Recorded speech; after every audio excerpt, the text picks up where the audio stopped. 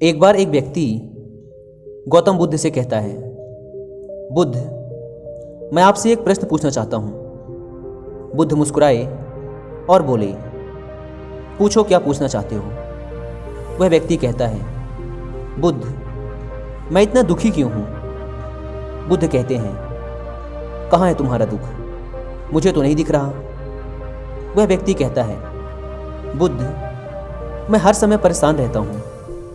मुझे जीवन जीने में कोई रस ही नहीं आता, जीवन जीने में कोई सारी नज़र नहीं आता। बुद्ध कहते हैं कि पहले तुम मुझे ये बताओ कि तुम्हारा दुख है कहाँ। वह व्यक्ति कहता है, मेरे भीतर है बुद्ध। बुद्ध कहते हैं, अच्छा ये बताओ तुम्हारे दुख का कारण क्या है।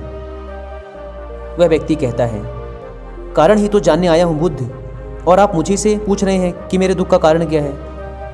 बुद्ध कहते हैं, जब दुख तुम्हारा है तो कारण मैं कैसे बता सकता हूँ।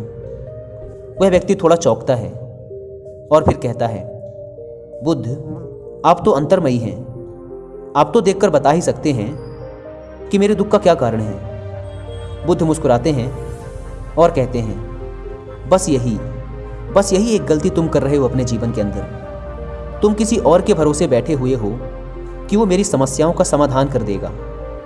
तुम्हें लगता है कि मैं बुद्ध हूँ तो तुम्हारी समस्याओं को खत्म कर सकता हूँ। बिल्कुल गलत सोच रहे हो तुम। मैं बिल्कुल तुम्हारे ही जैसा हूँ, बस मेरे भीतर कोई प्रश्न, कोई उलझन नहीं है। जब तुम्हारे भीतर के प्रश्न खत्म हो जाएंगे, तुम्हारे भीतर की उलझन खत्म हो जाएगी, तो तुम्हें भी किसी बुद्ध के पास जाकर ये पूछने की जरूरत नहीं होगी कि मैं दुखी क्यों हूँ। बुद्ध कहते हैं, क्या तुम पुष्प को जानते हो। वो कहता है, बुद्ध, पुष्प को कौन नहीं जानता, पुष्प को तो सबने ही देखा है। बुद्ध कहते हैं, एक पुष्प सुबह को कली होता है और दिन के मध्य में वह खिलता है और शाम होते होते मुरझा जाता है और अंततः गिरकर मिट्टी में मिल जाता है।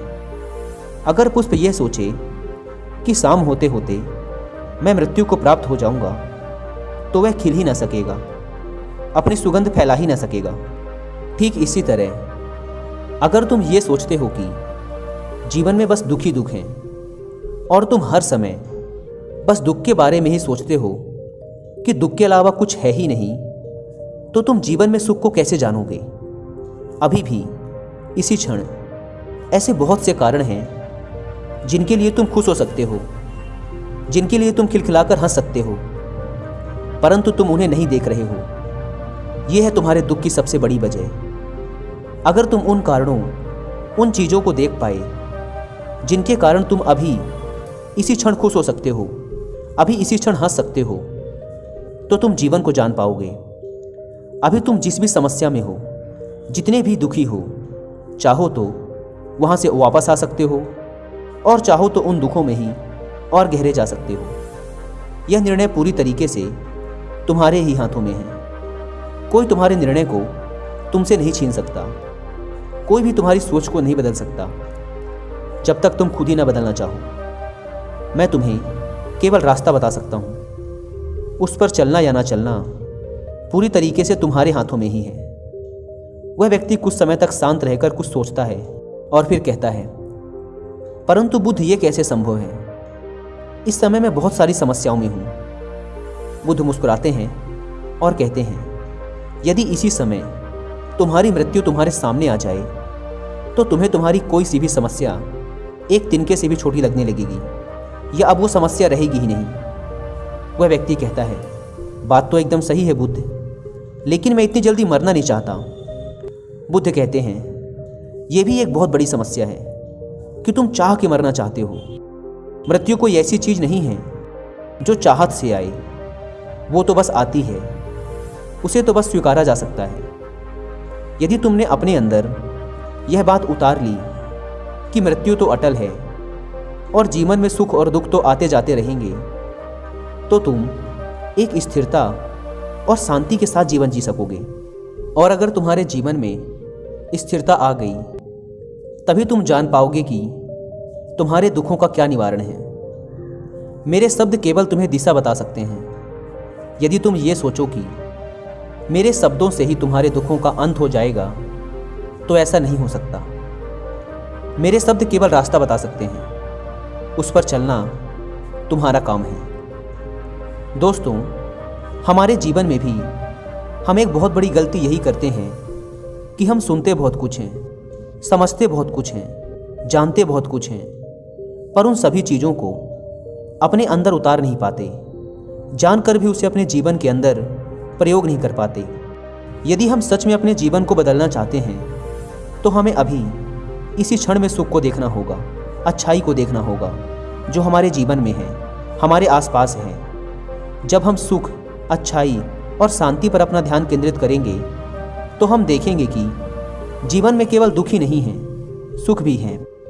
और जब हम सुख और दुख दोनों को देख पाएंगे तो हम ये पाएंगे कि सुख ना हमें बहुत अधिक खुश कर सकते और ना ही दुख हमें बहुत अधिक परेशान कर सकते। तब हम इन दोनों के ऊपर उठ पाएंगे और तब हम जान पाएंगे कि वास्तव में वास्तविकता कुछ और ही है। जैसा कि बुद्ध ने कहा था, मैं केवल मार्ग बता सकता हूँ, चलना तुम्हारा ही काम है। दोस्तों, अगर आप गौतम बुद्ध की सोच और उनके धम्मा के बारे में और भी अधिक जानना चाहते हैं और उनके ऊपर लिखी गई बहुत सी बुक्स पढ़ना चाहते हैं तो आप ये सारे ही बुक्स की ऑडियो बुक सुन सकते हैं कुकू FM पर। गौतम बुद्ध के ऊपर लिखी गई कुछ बहुत ही शानदार बुक्स जिनकी ऑडियो बुक मैंने भी कुकू FM पर सुनी है, वो आपके साथ शेयर करना चाहता हूँ। जिसमें पहली ऑडियो बुक है बीइंग टू बिकमिंग बुद्धा, एक दूसरी ऑडियो बुक है बुद्धास ब्रेन, इसके अलावा एक तीसरी ऑडियो बुक है apprentice to a Himalayan master. ये एक योगी की ऑटोबायोग्राफी है जो कि मेंटल पीस के एक अद्भुत आयाम से आपका परिचय करवाएगी। इसके अलावा दोस्तों, अगर आपको ध्यान करने में प्रॉब्लम आती है और मन बार बार भटकता है तो कुकू FM पर पावर ऑफ मेडिटेशन के नाम से 11 दिन का एक मेडिटेशन कोर्स है, आप इसे भी ज्वाइन कर सकते हैं। कुकू FM इंडिया का लीडिंग पॉडकास्टिंग प्लेटफॉर्म है जहां पर आप अलग अलग फील्ड के हजारों बुक्स की ऑडियो बुक सुन सकते हैं, वो भी किसी भी लैंग्वेज में और किसी भी काम को करते हुए। अगर आप डिस्क्रिप्शन एंड पिन कमेंट पर दी गई लिंक से इस ऐप को डाउनलोड करके उसमें कूपन कोड WI50 यूज़ करते हैं तो पहले 250 सब्सक्राइबर्स को मिलेगा 50% का डिस्काउंट और एक बुक से भी कम की कीमत, यानी सिर्फ 199 रुपीज़ में पूरे 1 साल का सब्सक्रिप्शन, जहां पर आप 1 साल तक ऐसी हजारों ऑडियो बुक सुन सकते हैं। Link description and pin comment पर दी गई है, एक बार जाकर जरूर चेकआउट करें। धन्यवाद।